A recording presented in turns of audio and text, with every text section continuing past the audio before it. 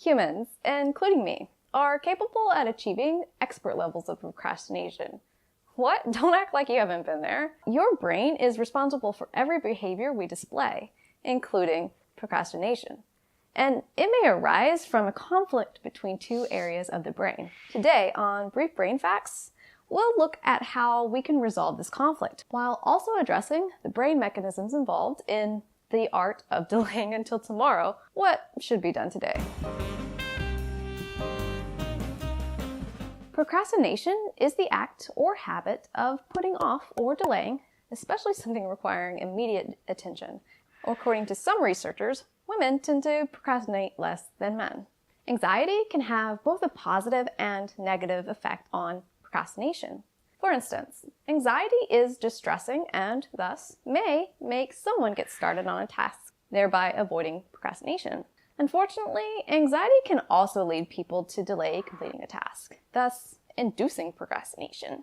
Procrastination is associated with impulsive behavior, or making hasty or rash decisions, or demonstrating rash behavior. Interestingly, researchers have found that those who display more impulsive behavior are more likely to be negatively affected by anxiety, thus compelling them to delay completing a task, therefore resulting in procrastination. Researchers have found that the vast majority of college students procrastinate. Approximately 25% are what's known as chronic procrastinators. That's a huge proportion of procrastinating college students. So it can be problematic, especially since it is associated with dropping out of school. The important thing is that regardless of your levels of impulsivity, anxiety, or anything else, we all procrastinate. And this arises from a conflict between areas in the brain, specifically between the thalamus of the limbic system and the prefrontal cortex. The limbic system is largely associated with reward, emotion, and motivation.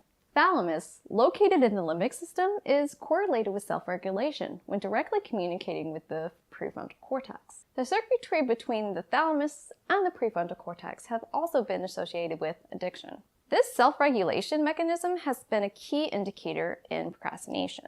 The prefrontal cortex is responsible for executive functioning, and these things include planning, problem solving, and attention. It also corresponds with goal-oriented behavior. When it comes to procrastination, researchers suggest that the thalamus and the prefrontal cortex is in constant battle with each other. When the thalamus wins, the result is procrastination, because this area of the brain is more involved in immediate gratification, and delaying any responsibilities can lead to that instant gratification. Alternatively, when the prefrontal cortex wins out, the result is buckling down and tackling the task. So, this really isn't about a strength of will. In fact, the prefrontal cortex is the last area of the brain to develop, and it isn't really fully developed until about the age of 25. And younger people, including college students, are more likely to procrastinate. Also, people with ADHD, those who have issues with concentrating and impulse control, have smaller prefrontal cortices. In these cases, the prefrontal cortex isn't able to fight against the thalamus as effectively as it isn't in full form. In healthy brains, researchers have noted some techniques to help combat procrastination, to help provide the resources to the prefrontal cortex so that it wins its fight against the impulsive and instant gratification-seeking thalamus. These recommendations include, first, and usually the most typical advice you'd receive on procrastination, are creating a schedule, such as creating a calendar of due dates and setting specific goals, such as noting at which point in the near future you'd like to have something completed.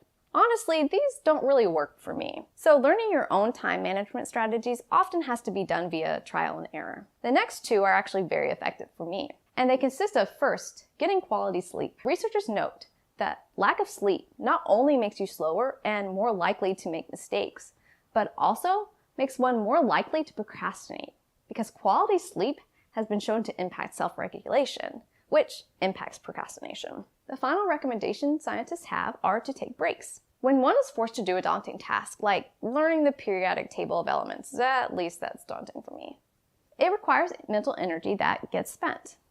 When all of your mental energy is depleted, one is more likely to procrastinate. However, taking breaks allows your mental energy to regenerate. So checking your social media feed, making yourself a snack, or watching an episode of Brief Brain Facts in between memorizing the table of elements isn't necessarily a bad thing to do.